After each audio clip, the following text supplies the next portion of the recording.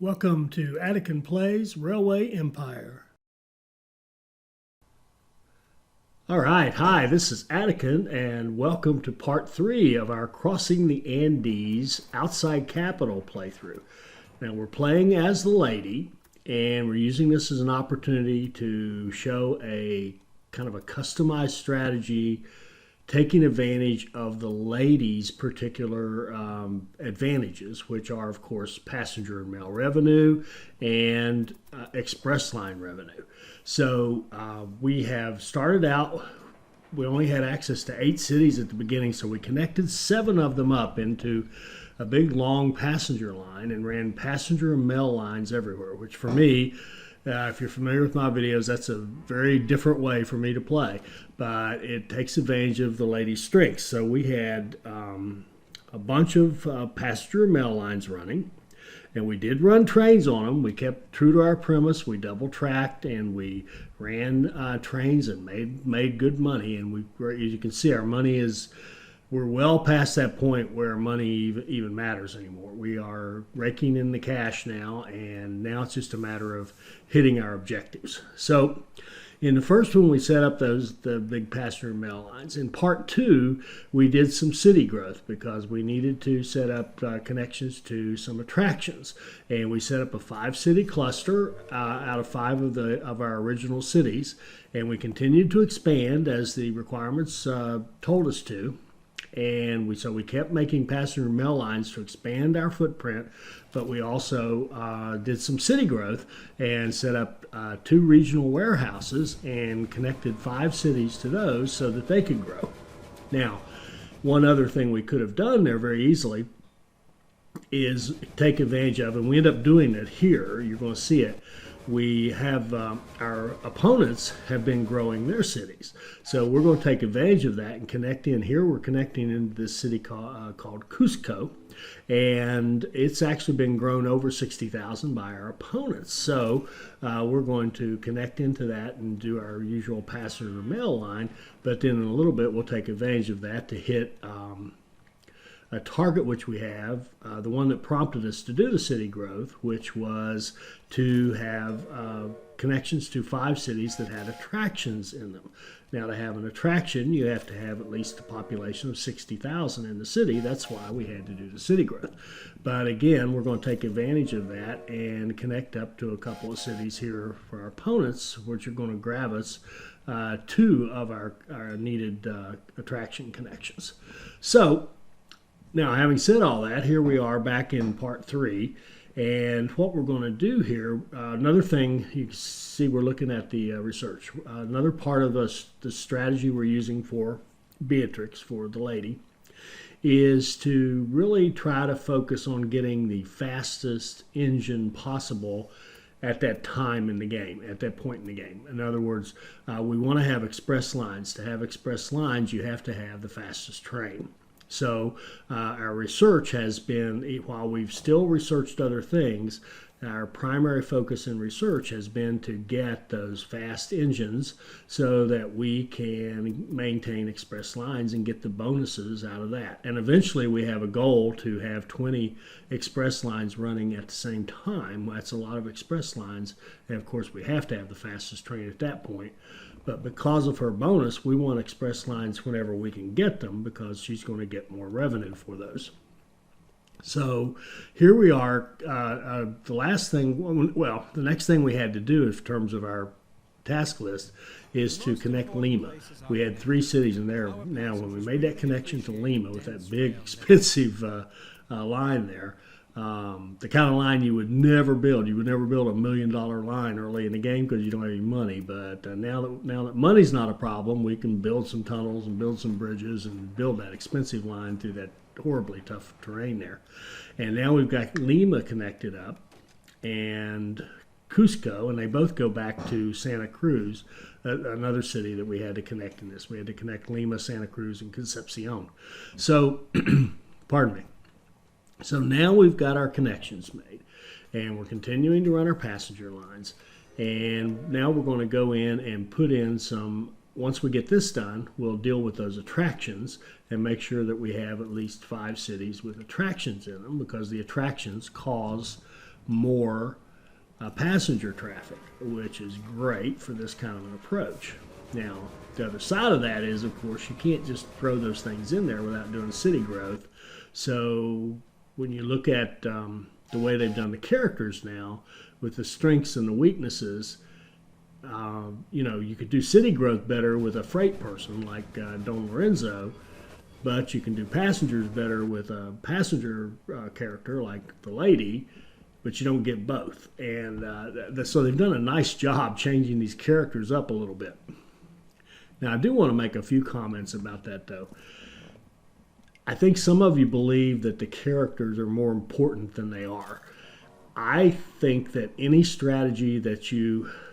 the strategies that we've covered in this long series I've done on Railway Empire, any of those good strategies that we've used, like rapid expansion, pass-through warehouse, pass-through rural station, all those things would work regardless of your character. So all those other videos are perfectly valid, and I would say you could use those strategies and play anything with them.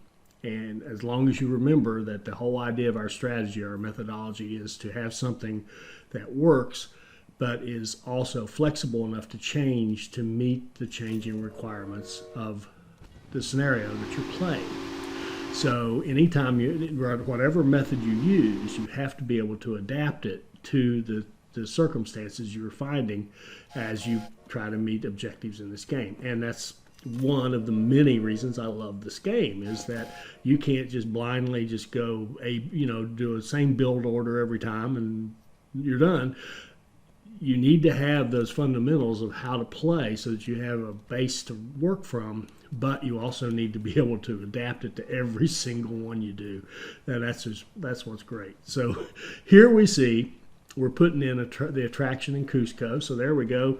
Thank you to our opponent for building Cusco up. Now we've got an attraction, and we'll do the same thing over here in Lima and put an attraction in Lima. And that gives us a couple of cities that we're connected to that have attractions in them.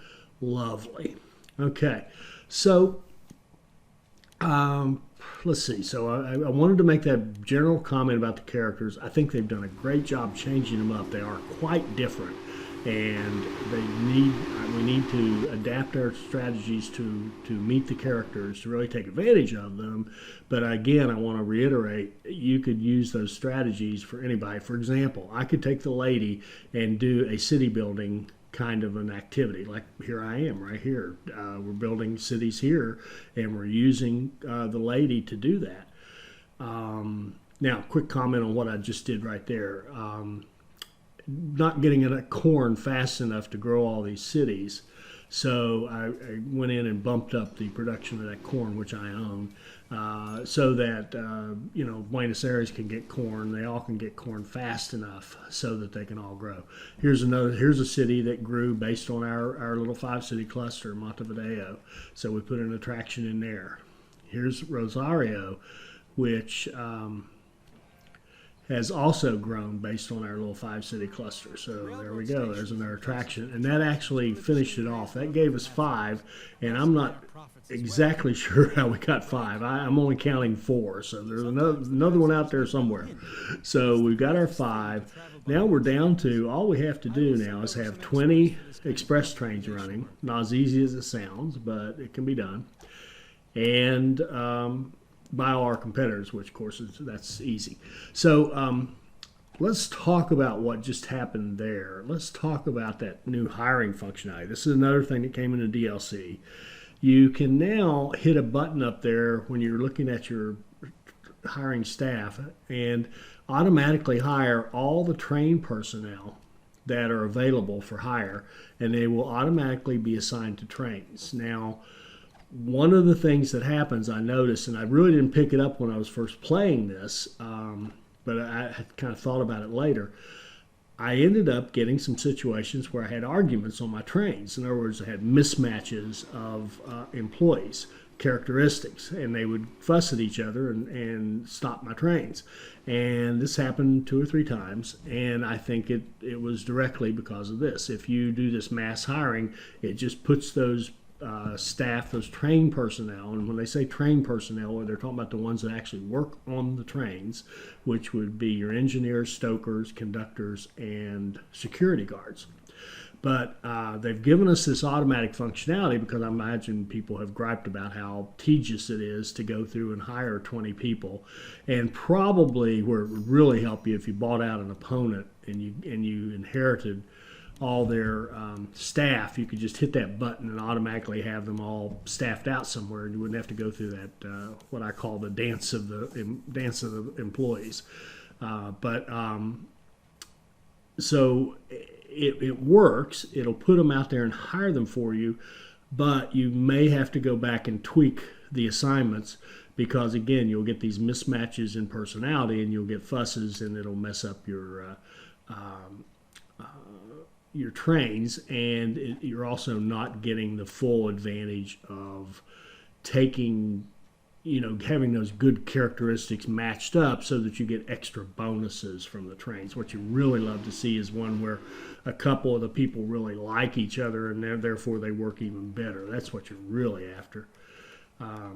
So anyway, so here I put an attraction in Santiago, even though, because I was thinking I need one more. So put one there, and it's a good thing to do anyway because obviously it pumps up your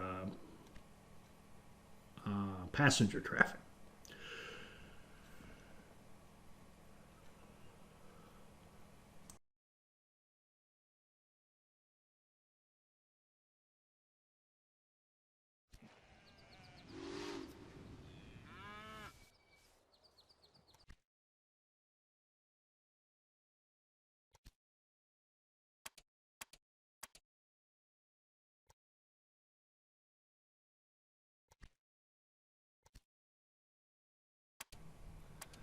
So now we're looking at what's it going to cost to buy out our opponents, and Roger's going to cost us 12 million, probably a little more by the time we get to it. So we checked out how big a bond could we open at this point, about 2.5 million. So we could get say 5 million from bonds. We're going to need 12, so we need to have about 7 million. And here comes one of those conflicts I was talking about. This was one of those auto hires, and need to go in and adjust it. It's no big deal. You just go in and kind of change your assignments a little bit. Not the end of the world, but just realize that could happen if you use that auto hire your train staff. The other thing is you'll notice we do have some new applicants, so this isn't a good example. But what I found when I was playing was it kept showing me those stars or asterisks next to some of the conductors or to engineers or both or whatever, which I have always taken to indicate that I have staff that I haven't assigned to that particular role, like conductor. If conductor shows an asterisk when you're looking at a train, like right there where it showed the conductor was open and the stoker, see there, it said the stoker was open. It says the conductor's open, but he isn't. He's not open. He's had a job. He was working on a train. So I think they got honestly, I think this is a defect. I don't think it should show us that a stoker is available for hire when they aren't. See, so I'm doing a whole bunch of work here I shouldn't be doing. I shouldn't be doing that at all. And I'm just kind of following what I'm used to doing, which is I see an asterisk, I've got an open slot, I'm going to hire somebody. Now there it turns out the engineer is open, but the stoker, you see, there are no stokers that are open. So I think they need to fix this. I can't stand getting misinformation from the game. That I have to admit, that one bugs me. So let's see, back to what we were talking about. Okay, so we're looking at buying somebody. So now look at that, how quickly we could raise like 13.6 million. And we'll look at old Roger and say, you know what, nice to know you, Roger. So there goes Roger. We're going to merge, and we're actually going to just kill him off. I'm really tired at this point. I've been playing a long time, and I don't want to mess with his track. I don't want to mess with his stations and stuff. So I just eliminated him and took the cash. And it also, by the way, when you liquidate him and get his cash, that cash can be used to help buy your second opponent. Now you can see something else. Don Lorenzo just bought 14% shares of us. So he's coming back and kind of counterattacking, but not a problem. Sorry, Don Lorenzo. Again, the way this game works, if you play it well, your very hard opponents can be very hard, but if you can't knock their socks off, you need to go back and watch some videos and practice more, because it's just not that hard. So what we're doing here is closing out the bonds that we just opened, and setting up the potential to open up bigger bonds a little later on. So we're going to accumulate some more cash, just keep doing our research and whatever, working our way out really to get the EMD, the diesel. So kind of cool, we're going to get into the diesel age and run a really fast, efficient train, the diesel one. And here I'm using that hire all the staff again. But notice we have to go through and look at the accountants and the surveyors to make sure we want them. Now, I didn't want either one because I don't build a lot of tunnels or anything, but I always want those market criers when I can get them. And now the professor, we don't need the professor because the professor gives us money. Well, we don't need, we need some money. We'd like to have money to buy out our opponent, but money's not our problem right here. All we have to do is wait a little while and we'll accumulate. Look how that cash is just ripping up through there because we're making so much money on our lines here. And we see we can raise about 6 or 7 million in bonds right now, and we've got 6, so that's 13, but we need like 18 or 20 to buy out Don Lorenzo. So we're just going to let some cash accumulate here until we have enough money to go ahead and buy out Don Lorenzo. And the rest of this video, honestly, there's a lot of waiting. We keep doing, this kind of thing. We're just kind of working our way over to that diesel unit because that's the one we want to run. It's 86 mile per hour. It's set up to be an express train, so we're just going to use it for everything and get our express lines that way.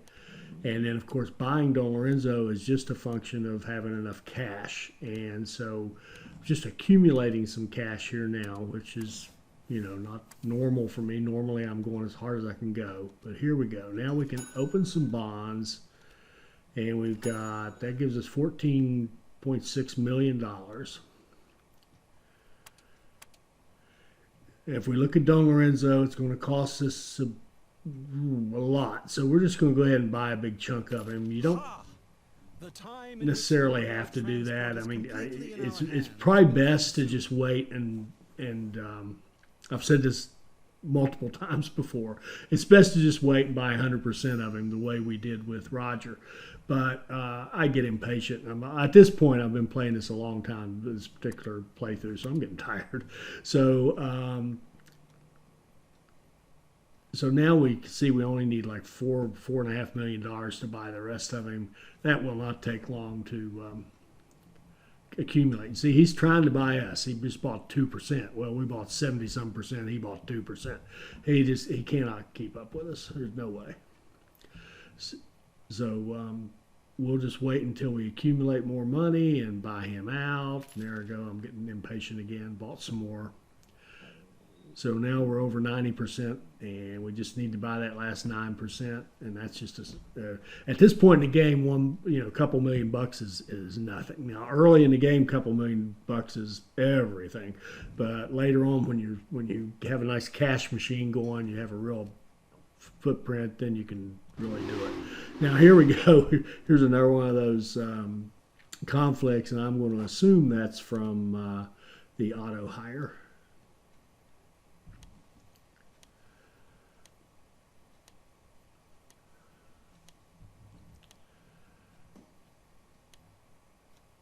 And I will confess that I don't do a good enough job. I don't worry about these employees that much and mixing and matching the traits of the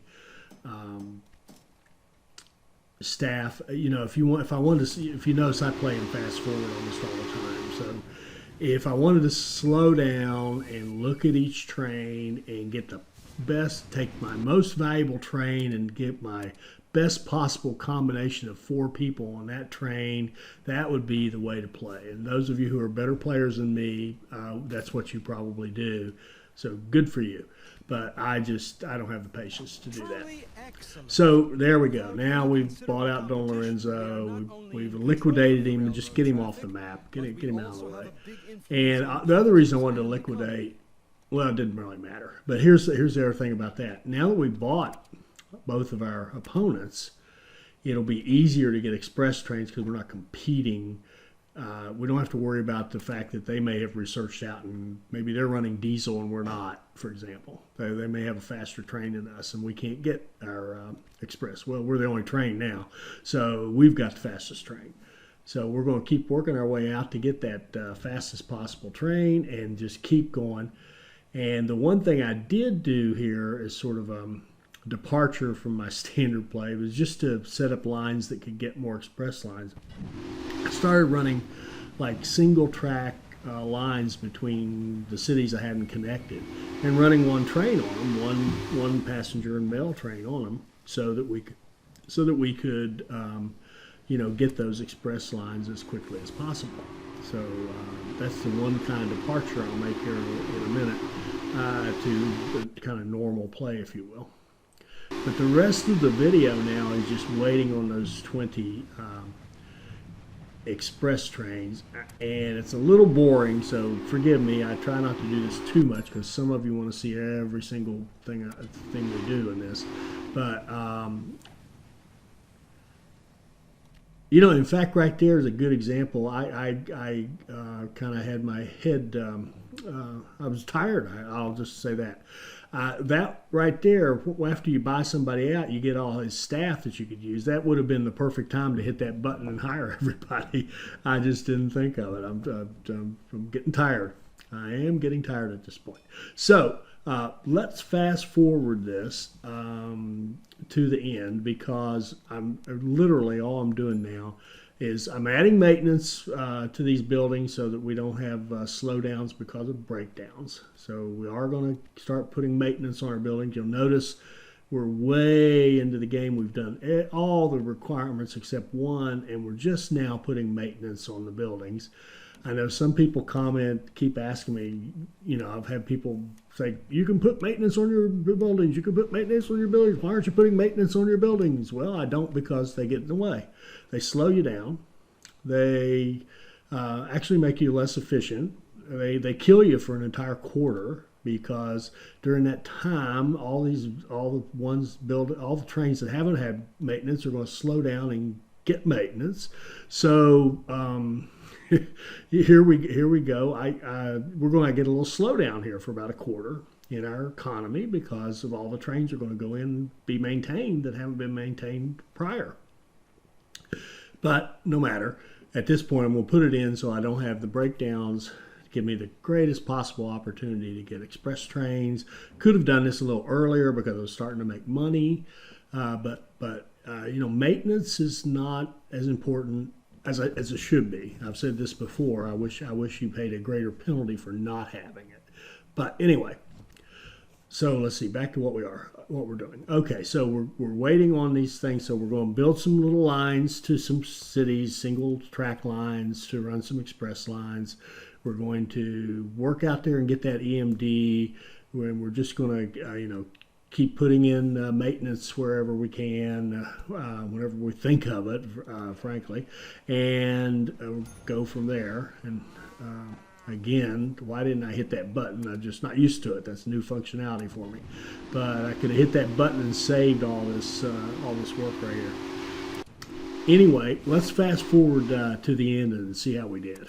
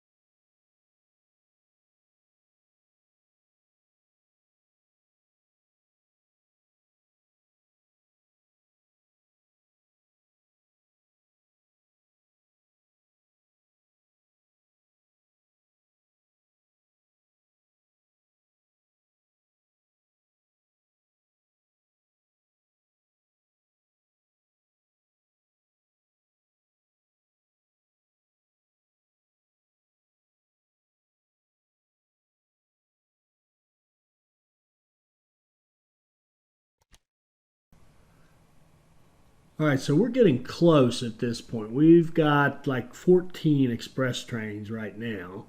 You can see we're just raking in money. It's ridiculous. And we well, what did I want to say? Oh, I wanted to tell you that the express trains will kind of come and go. You'll get one that's designated express, then it'll lose the designation because maybe a breakdown, maybe not even it. Maybe some other train will break down. It'll have a slow run. It'll lose its express status. But no matter, basically, if you've set up, run the fastest trains and also do the research that speeds up your trains and makes them more reliable and all that good stuff. Those are all good things to have. So it's not just the train, it's also your maintenance of the train and that kind of stuff. Also look at your staff, and if you've got a line where you're not getting an express status, think about putting the right staff, particularly your engineer and your stoker. There are engineers that get speed bonuses and reliability bonuses. Same thing with the stokers, and you can get a combination, the right combo of those guys, like a speedy engineer and a speedy stoker will help a line become an express line. And that's where your staff really does matter, particularly with this strategy with the lady, where you're getting these beautiful bonuses on your express lines, and we're running a lot of passenger and mail. We want to have those engineers and stokers to give us the highly reliable, fast trains, so that we can get express status and really make more and more money. And again, you can see the money is really racking up at this point. So let's go ahead. I'm going to fast forward one more time out to the end, and we'll see how we did.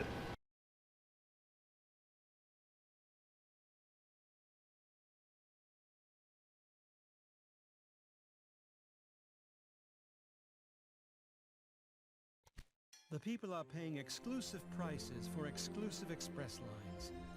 That's music to my ears.